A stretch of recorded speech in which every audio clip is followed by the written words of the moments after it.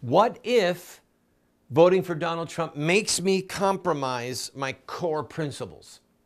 This is day 2 of a 2-part series where I'm answering some questions that have come from some very thoughtful people. I want you to watch it. Even if you intend to vote for Trump, even if you will never vote for Trump, I want you to watch it so I can give you A, food for thought, and B, ammunition. I'm Randall Terry. This is Voice of Resistance.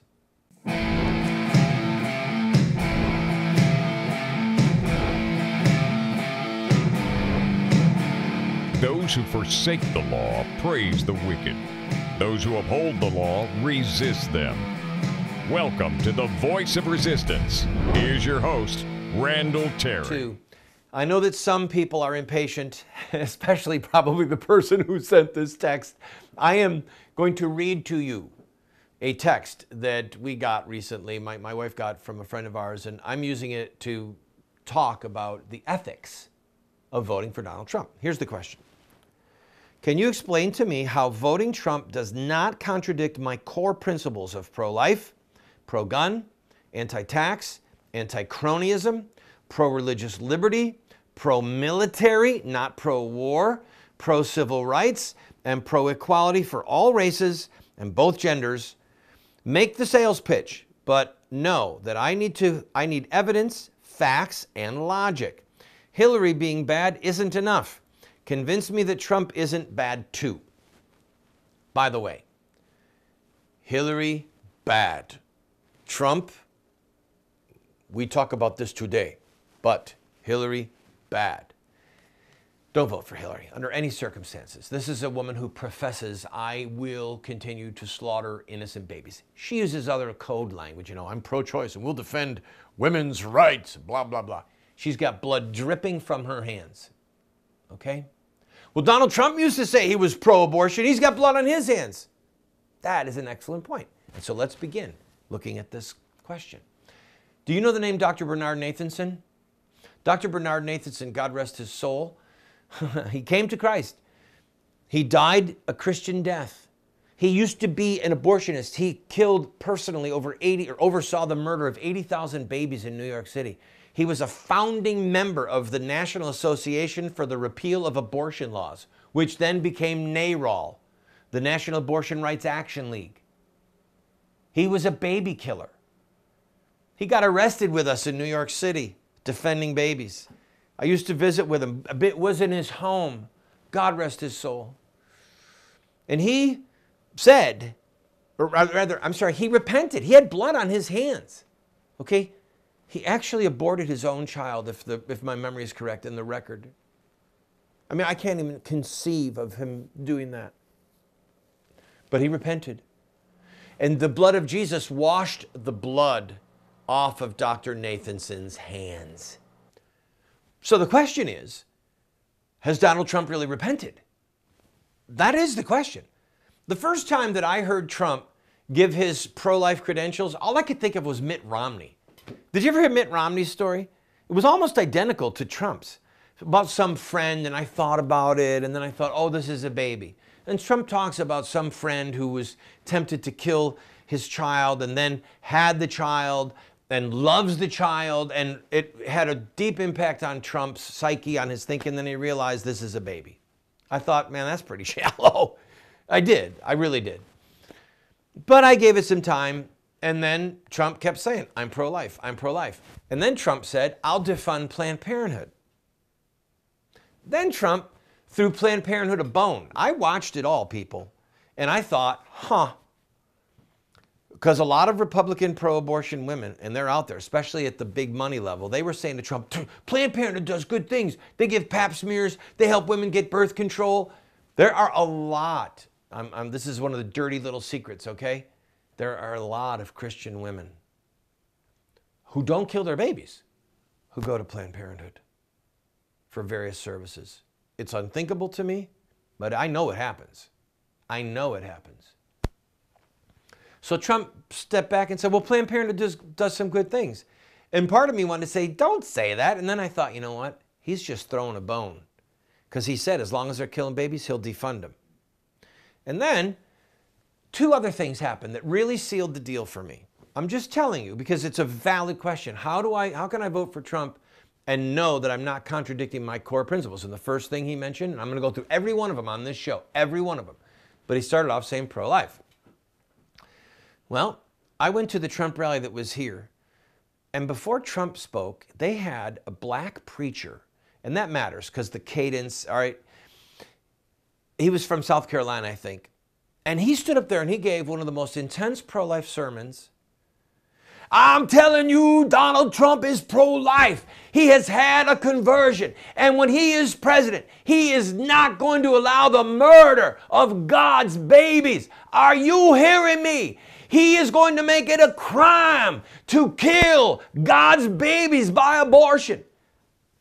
This is at a political rally, all right? The only time I've heard political speeches like that about pro-life are at my rallies or at rallies of friends of mine that I'm supporting and working with. I was flabbergasted. I thought, okay, Trump's staff is in the room. They know he's saying this. They know that reporters are everywhere. So either Trump is absolutely, positively gone the extra mile to seduce pro-lifers like me, or he said, you know what? I really do believe this now. Let him go ahead. Let the Christian people know that I've had a change of heart. And he talked about Trump having some type of a conversion as well. And frankly, friends, I have to take that, the word, I can be suspicious about it. Any of you who've dealt with people who have said they've had a conversion, people who have, stopped an addiction to some chemical, and then they come and they say, I'm really sorry. You say, I'm glad that you're not addicted to this chemical. I'm glad that you're really sorry, but I want to watch. I'm going to watch for a while. I get that. But what else can we do? In other words, if he's repented, even if he doesn't use those words, if he has had a conversion, even if he doesn't use those words, then it's certainly a safer bet for pro-life than it is for Hillary. And there's the fourth thing. When he was asked by Chris Matthews, should women have a punishment if child killing is made illegal again? He said, yes, there should be some punishment. And that's the right answer. Rick Santorum didn't give that answer. I've never heard Santorum say that. All right, and he's Mr. Pro-Life. You go down the list of so-called pro-life candidates that ran for president, and Trump was the only one that was A, logical, and B, had the courage to say it. Now, he walked it back a little bit, but when child killing is made illegal again, there has to be a punishment of the child killer. You have to have punishment for the back alley abortionist. He's got to face severe criminal penalties. But a woman who knowingly takes her baby to this butcher to have the baby's head cut off, is she guiltless? She's supposed to face nothing? No. She has to face something because the fear of punishment is what makes us all obey the law. Most of us would speed recklessly in our car driving if we weren't afraid of what? Getting a ticket. And on the second or third ticket, we lose our license. If we keep doing it, we go to jail. There's people watching right now that would commit heinous crimes, all right? Maybe low-level crimes like theft, maybe big crimes like killing someone to get even. And we don't commit these crimes. Why? Because fear of punishment.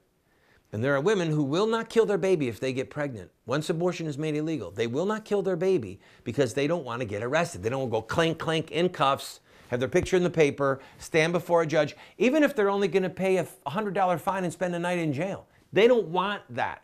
They're going to have their baby, most of them will, because of the fear of the consequences of killing their baby. One more thing, and I know this segment is long, but I want to just focus on child killing. I ended with yesterday's show with this, but I want to say it again. Child killing is the worst crime that America is allowing to be committed. The blood of these babies is crying for vengeance. God hears the blood. If we're going to be saved as a nation and not be obliterated by the judgment of God, we've got to stop the child killing. If you roll back to ancient Israel, King Josiah ended child killing in Judah. And the Lord still judged Judah, but then he restored them. He sent them to the Babylonian captivity, then they came back, they rebuilt the temple, and then they were a nation again. The northern 10 tribes of Israel, they were obliterated.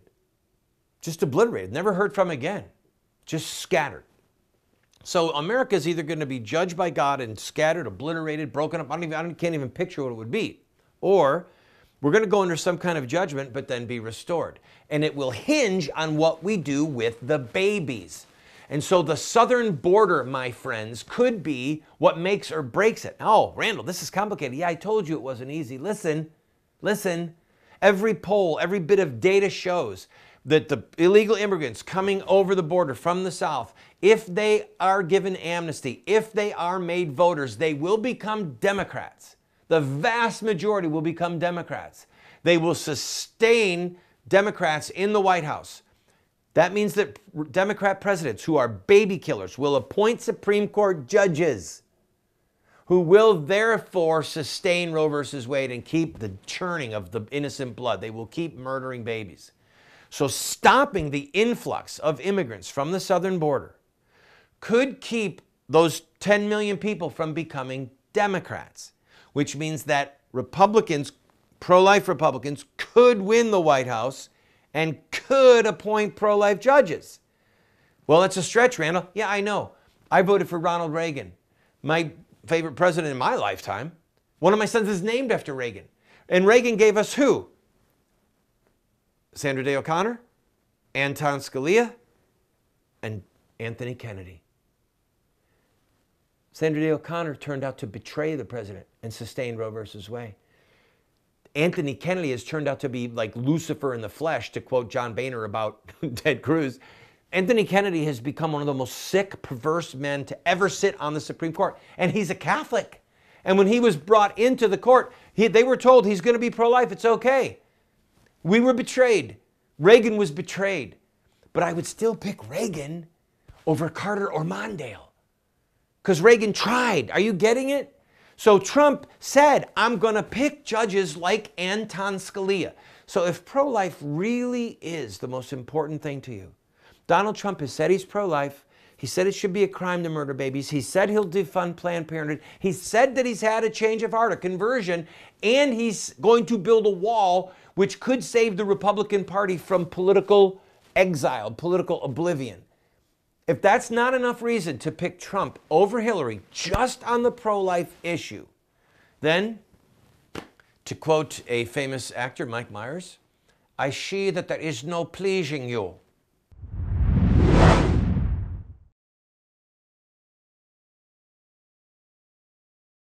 If you own a business and would like to advertise on our program, please contact us. We are currently seen on over 130 television stations from coast to coast. We air at 8 p.m. Eastern, and then all times are local.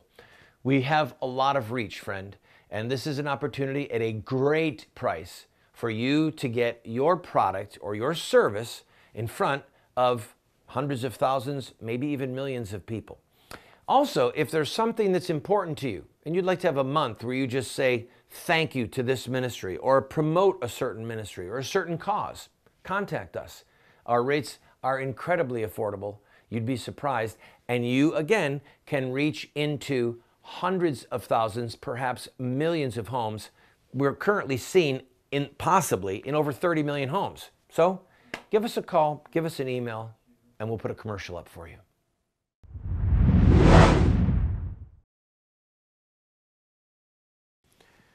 Can you explain to me how voting Trump does not contradict my core principles of pro-life, pro-gun, anti-tax, anti-cronyism, pro-religious liberty, pro-military, not pro-war, pro-civil rights, and pro-equality for all races and both genders?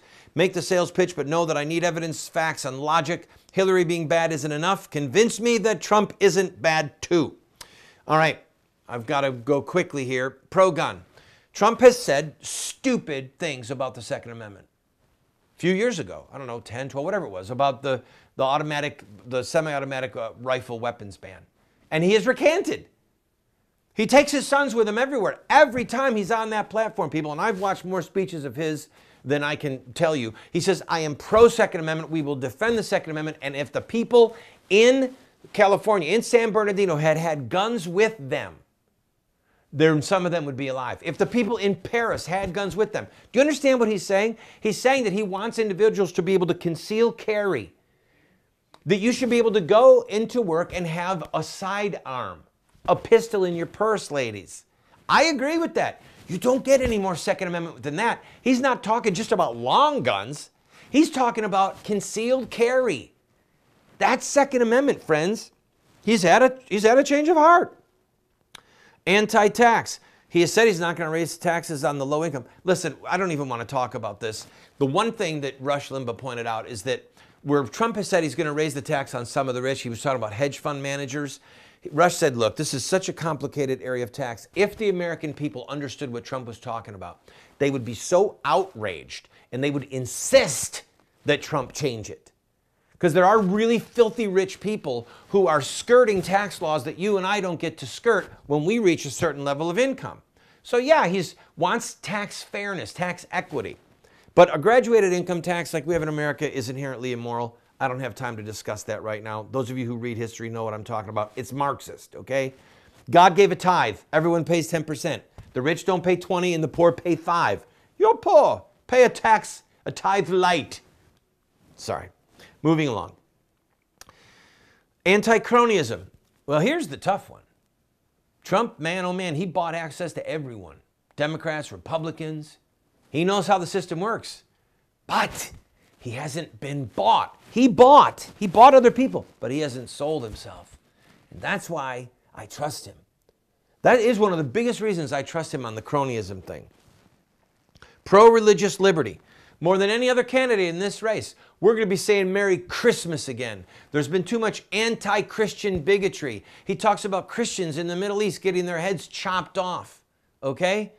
Donald Trump, by virtue of his Trinitarian baptism, thinking person who gave us this question, Donald Trump is a Christian by virtue of his Trinitarian baptism and his profession of faith.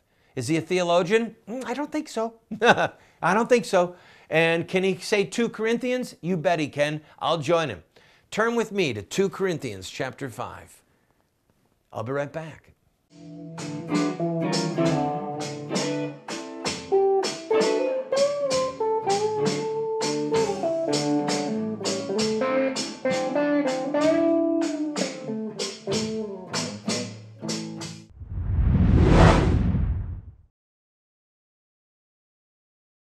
Friend, this program is supported by friends like you who believe in what we are doing. We run a very tight ship. Thankfully, we are on over 130 stations across the country, having tremendous impact. We get emails every day. We get letters in the mail, not every day, but almost every day. We hear from people who love what we're doing. What people don't understand is that it's sort of expensive to produce a television show like this. It doesn't require earth-shattering funds, but it does require financial help. So I am asking you, if you enjoy this program, throw us a $10 or a $20 bill every once in a while, or even a $50 or a $100 check. You see the address there on the screen. Your gifts are not tax deductible, by the way, because we want to be able to say what we want to say regarding politics without the IRS telling us no. So if you like the program, I ask for your support.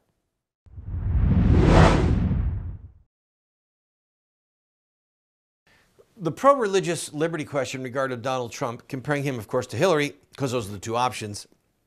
The big fight on our hands right now is so-called homosexual marriage.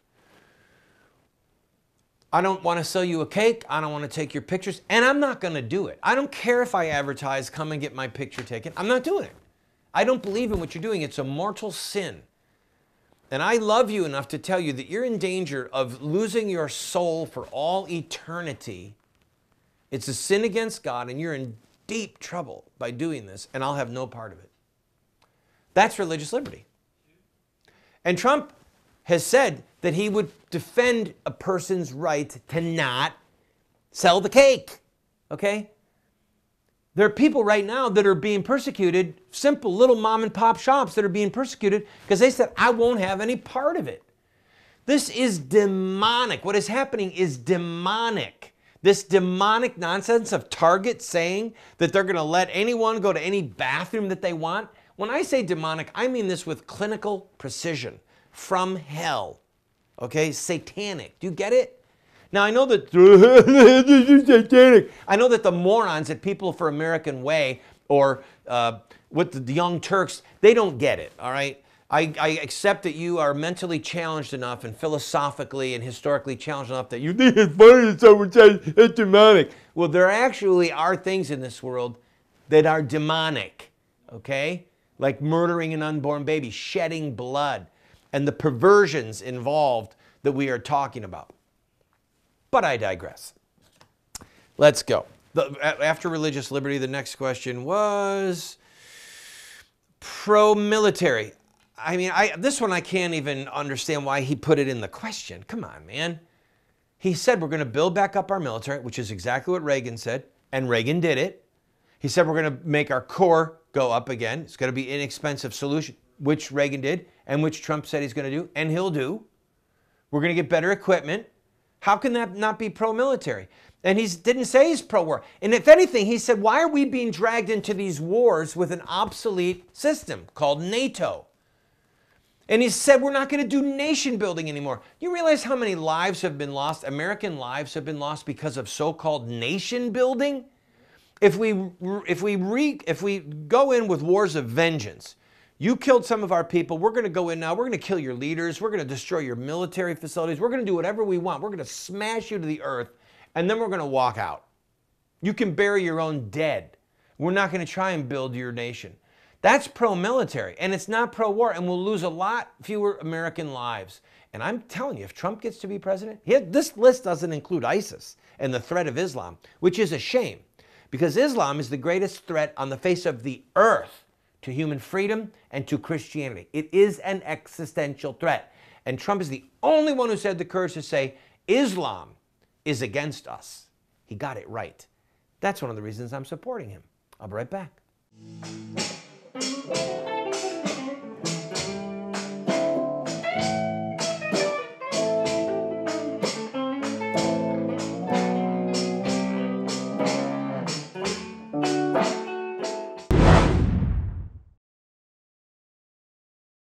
I want to invite you to go to our website.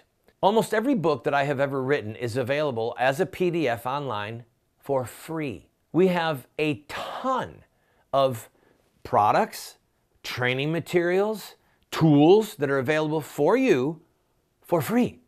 All we ask for is that you give us your email address. That's it, so that we can stay in touch with you and, yes, from time to time, ask you to support this work. So I'm inviting you, go to the website. Now, for those of you who say, well, I don't want a PDF, I want a real book.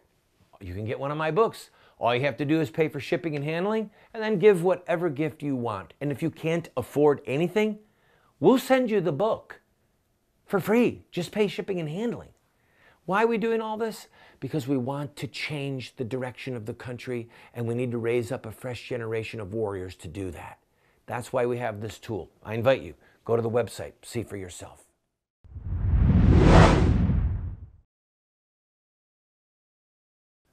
Randall Terry finally said he's for Trump. Well, of course, he's the last man standing. If Ted Cruz was the last man standing, then I would say I am for Ted Cruz, okay? My role in this election has been call balls and strikes, make predictions, say what I see, and here we are, people. It's Trump against Hillary, and you better believe I'm supporting Trump.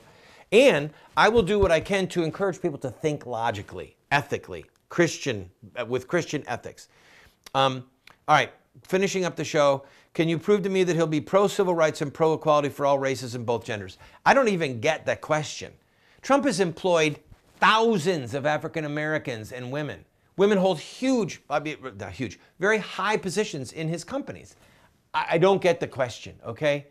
There has not been anything racist about what Donald Trump has said. And for the womanizing accusations, which he has owned up to, third marriage, he's owned up to all of it. It's all right there. Okay? Do I excuse it? No. Has he repented of it? He seems to have, and it's between him and God. Would I want, I could ask a lot of questions. Here's the bottom line. Nothing in his behavior now, all right? Nothing in his behavior now shows that on a policy level, he has a problem with race or gender, period, no matter what his enemies say. Is he a flawed candidate? Yes. We're all flawed. Is he better than Hillary? You would have to be a blind man to not see that, and you're not blind. So yes, in this race, get behind Trump quickly.